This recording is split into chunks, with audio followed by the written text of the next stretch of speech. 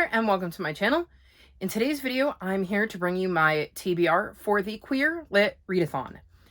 This is a month-long readathon that is happening in June and is hosted by Kathy and Rogan. I'll link their channels in the description below along with all of the info. There is a bingo board, which I'll pop up here, and as you can see, there are 16 prompts. So let me quickly bring you through what I hope to read in the month of June. For graphic novel, I'm going with The Legend of Auntie Poe. This takes place in a Sierra Nevada logging camp in 1885. We're following a 13-year-old named Mai who bakes and tells stories about Auntie Poe, a gigantic elderly Chinese matriarch who could probably cut even more trees than Paul Bunyan. In the midst of racial tumult following the passage of the Chinese Exclusion Act, Mai tries to remain blissfully focused on her job, her close friendship with Bee, the camp foreman's daughter, and her stories, until one day, Auntie Poe and her giant blue water buffalo come to life to help Mai navigate the difficulty and politics of lumber camp work and her growing romantic feelings for Bee. This seems like it's going to be a really interesting graphic novel, and I'm very interested in hearing the legend of Auntie Poe. Next up are the group reads, and I went with Under the Dollar Tree. This one sounded more interesting to me and more like it would click with me than the other one. We're following a young woman named Ijeoma who comes of age as her nation does. She's 11 when civil war breaks out in Nigeria. She's sent away and meets another displaced child, but they fall in love. And there's two problems. They're from different ethnic communities, along with both being girls. So we see her have to struggle with that. It's inspired by Nigeria's folk tales and its war, and we're going to be following her lifetime. This sounded quite interesting. I had never heard of it before, so I'm very curious to see what this is about. I've really loved learning what the group reads are because every time I've taken part so far, at least one of the group reads is a new book to me. So I think that's been really cool and fun to find new reads that maybe wouldn't have been on my radar otherwise. Then we have number in the title, and I went with Gender Rebels, 30 trans, non-binary, and gender-expansive heroes, past and present. Obviously, the number is 30. This is a nonfiction. I believe it might even be middle grade. No, it's YA. I lie. It's YA. And I am very excited to learn about some of these heroes and learn more about the queer community and our history and important people that played a part in it. So hopefully this will give me a bit of an overview. Then we had question mark, which meant we got to pick our own prompt, and I went with historical fiction. And I'm going to read We Could Be So Good by Kat Sebastian. I've read other books by this author before, and this is a male-male romance that is taking place in the 1950s. And we're following Nick, who is like an up-and-coming reporter who gets a job at a newspaper that is currently owned by our other main character, Andy's dad. And Andy's dad would like him to take over the newspaper, but he doesn't really have any desire to do that and agrees to work for his dad for 1 year at the newsroom and is assuming he's going to make a mess of it. And meets Nick, and Nick ends up continuing to bail him out in a friendship, and then later a romance develops from there. I think this is going to be quite the interesting read. I've really liked the other romances I've read by Kat Sebastian, so I'm hoping this one will also click with me as well. Then we have Anthology, and I'm going to read Be Gay, Do Comics, Queer History, Memoir, and Satire from the Nib. And this says, Be Gay, Do Comics is filled with dozens of comics about LGBTQIA+ experiences, ranging from personal stories to queer history, to cutting satire about pronoun panic and brands desperate to co-op pride. I think this is going to be another fun read. I'm really interested in seeing what kinds of comics I come across and seeing the different art styles that each of these illustrators demonstrates through their comics and hearing their voices. Next is Rainy Day Read, and this is literally a book you've been putting off, looking for the right time, and allowing this to be kind of the right time. And for that, I'm going to read Just Shy of Ordinary by AJ Sass. I've read several of their books and really love them. I don't know why I've been putting this one off, but it feels like the perfect book for this prompt because I have been putting it off for whatever reason. We're following a 13-year-old non-binary homeschooler, and they're really good at researching solutions but haven't been able to logic their way through one thing, picking at the hair on their arms. Since their mom lost her job, the two had to move in with family friends. Then the world went into lockdown, and Shy's picking kind of got out of control. But now, as things begin to get better and people discover their new normal, Shy is hoping the stress will end too, especially if they can create a foolproof plan to completely change their life, like starting public school, making new friends, and diving deeper into their Jewish heritage. But with each change, more surprises come, and Shy begins to realize that no plan is perfect, and that sometimes the best way forward is with the help of family and friends. So this feels very similar to the types of content we would find in AJ Sass's other works, like hard-hitting, really deep, something that's going to make you think and really look at the world. I've loved their other work, so I'm hoping this one also hits all of the right notes for me. Next is Night, and this could either be Night in the title or a book you read exclusively at night, but I went with Night in the title, and I'm going to read One Night in Heartswood. This, I believe, is another historical fiction romance. Yes, it's Oxford 1360. When his sister's betrothed vanishes the night before her politically arranged marriage, Ralph Barden must track and return the elusive groom to restore his family's honor. William de Foucault, known to his friends as Penn, had no choice but to abandon his fiancée, and with it his own earldom, when he fled the night before his enforced marriage.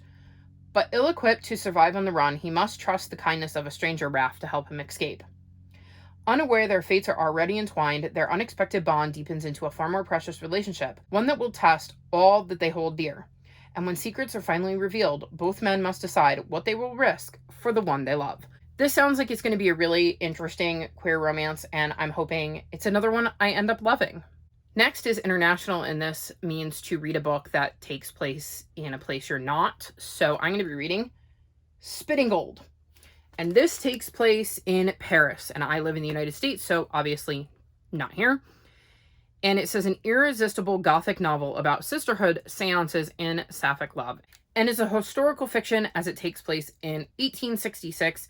I think this sounds really interesting. We're going to be dealing with a spirit medium and some cons. Their mark is going to be a family that believes they're haunted by their brutally murdered great aunt. And it seems like they end up having bad things start to happen to them too, and seems they might be at the mercy of a vengeful spirit. So I'm very curious to see how this all plays out. It sounded really intriguing, and it works really well for international. Next, we have Black history, and for this, I'm going to read Lost Prophet, The Life and Times of Bayard Rustin.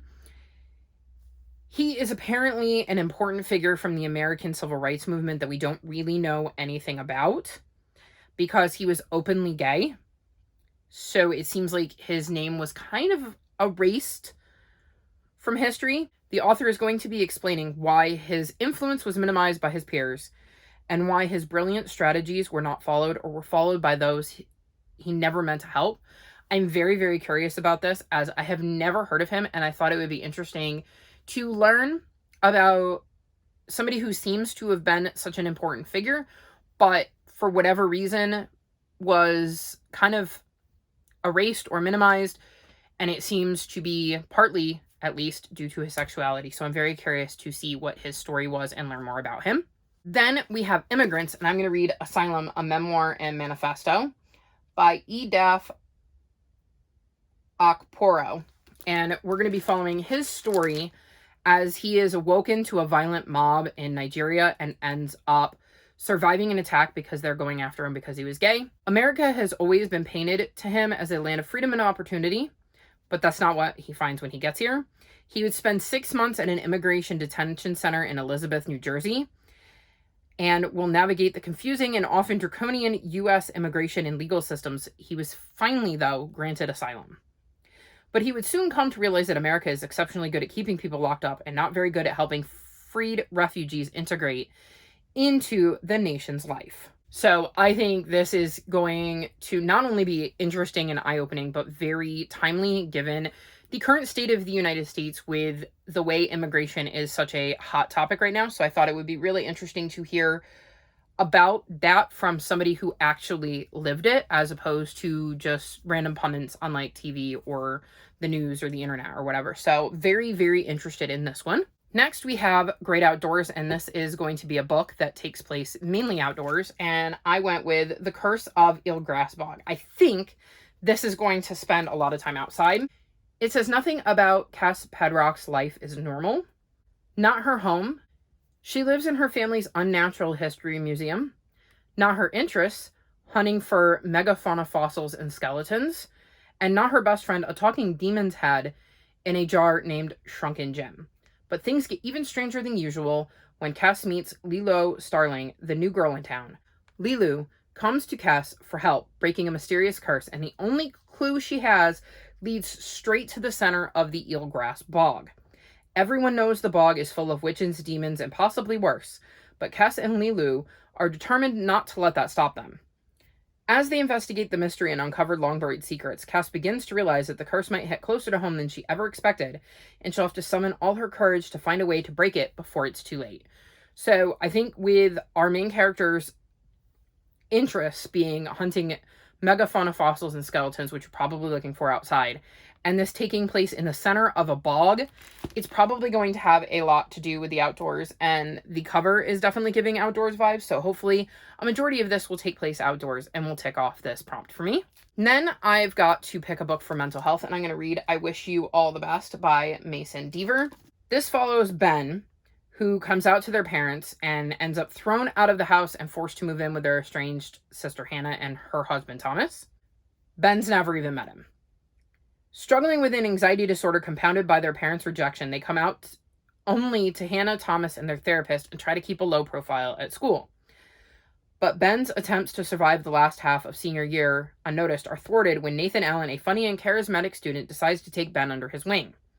As Ben and Nathan's friendship grows, their feelings begin to change, and what started as a disastrous turn of events looks like it might just be a chance to start a happier new life. So obviously we're going to be dealing with anxiety, maybe some depression.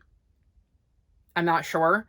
But I could see that maybe playing in given that they've been thrown out and are having to hide, and possibly a new romance blooming for our main character. So this sounded very interesting. I've heard really, really good things about it and had it recommended. So hopefully it lives up to some of the hype I've heard. Then we had to pick a book for Creepy Queers, and I actually used the spreadsheet that the hosts have linked because they have a spreadsheet with a whole ton of categories and a whole bunch of prompt ideas, and one of them does happen to be Creepy Queers, and one of the books I saw in there was The Once and Future Witches by Alex E. Harrow. This is a book I've wanted to check out for a while. I have liked some of Alex's work and disliked some others, so we're going to see where this one hits. It says, I am terrified and I am terrible. I am fearful and I am something to be feared. In 1893, there's no such thing as witches. There used to be in the wild dark days before the burnings began, but now witching is nothing but tidy charms and nursery rhymes. If the modern woman wants any measure of power, she must find it at the ballot box. But when the Eastwood sisters, James Juniper, Agnes Amaranth, and Beatrice Belladonna join the suffragists of New Salem, they begin to pursue the forgotten words in ways that might turn the women's movement into the witches' movement. Stalked by shadows and sickness, hunted by forces that will not suffer a witch to vote, and perhaps not even to live, the sisters will need to delve into the oldest magics, draw new alliances, and heal the bond between them if they want to survive. There's no such thing as witches, but there will be. This sounds quite interesting. I don't quite know how it fits Creepy Queers, but I'm going to assume that if it's marked on their spreadsheet, then it's gotta count, even if I don't quite know how it fits that particular prompt. This was one I struggled with, considering I don't read, like, horror, which is, I think, where a lot of people go with this prompt. I don't mind spooky, but I don't want horror. I don't think this is horror. And like I said, I've read some of this author's other works and enjoyed them, so hopefully this will be one I like and not one I don't. Next, we've got non-European mythology, and I'm going to read Zachary Yang and the Dragon Emperor. This obviously follows Zachary, and he has never had many opportunities to learn about his Chinese heritage. His single mom was busy enough making sure they got by, and his schools never taught anything except Western history and myths. So Zach is woefully unprepared when he discovers he was born to host the spirit of the first emperor of China for a vital mission, sealing the leaking portal to the Chinese underworld before the upcoming ghost month blows it wide open. The mission takes an immediate wrong turn when the first emperor botches his attempt to possess Zach's body and binds to Zach's AR gaming headset instead, leading to a battle where Zach's mom's soul gets taken by demons. Now, with one of history's most infamous tyrants yapping in his headset, Zach must journey across China to heist magical artifacts and defeat figures from history and myth, all while learning to wield the Emperor's incredible water dragon powers. And if Zack can't finish the mission in time, the spirits of the underworld will flood into the mortal realm, and he could lose his mom forever. This sounds absolutely fascinating, and I cannot wait to read this one. I'm really into learning about all different sorts of myths, so I was very excited that this was a prompt, and I had the perfect book for it sitting on my TBR. Next is Continued, and this could be continue a series or continue works by an author you really enjoy, and I've chosen to interpret it that way because I'm going to be reading The Long Way to a Small Angry Planet by Becky Chambers. I've read the Monk and Robot series by Becky and really enjoyed it. This is also my book club pick for my own personal queer book club. I'll link the announcement video in the cards above if you want to know more about it, and my Discord link is linked in the description, which is where we will be discussing this book as we all read it together in June. This follows Rosemary, who joins the Wayfarer and isn't expecting much. It's a kind of a junky ship, but it gives her a spot to call home and a chance to explore the far off corners of the galaxy and some distance from her past. It seems like there's going to be a really eclectic crew on this ship, and they get offered the job of a lifetime, tunneling wormholes through space to a distant planet. Sure, they'll earn enough money to live comfortably for years, but risking her life wasn't part of the job description. The journey through the galaxy is full of excitement, adventure, and mishaps for the Wayfarer team. And along the way, Rosemary comes to realize that a crew is a family, and that family isn't necessarily the worst thing in the universe as long as you actually like them. So it sounds like there might be some fun family vibes as well, which I really, really love. So I am very excited to try something else by Becky Chambers, and I am excited to be reading this for my own queer book club and for the Queer Lit Readathon.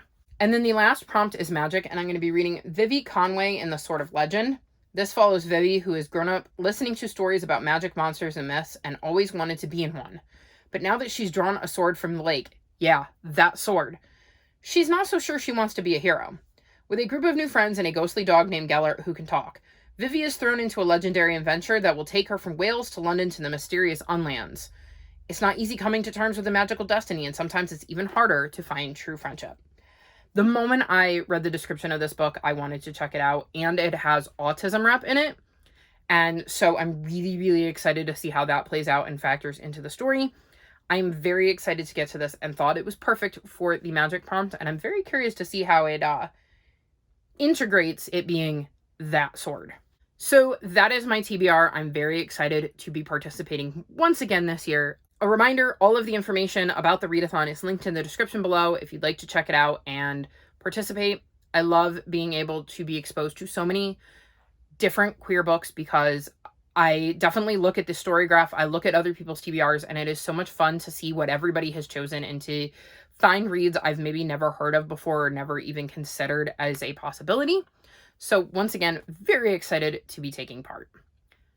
All of my social media is linked in the description below if you'd like to come chat with me. If you've made it this far in the video, leave me rainbow emojis, like this video, and subscribe to my channel, and I'll talk to you next time. Bye!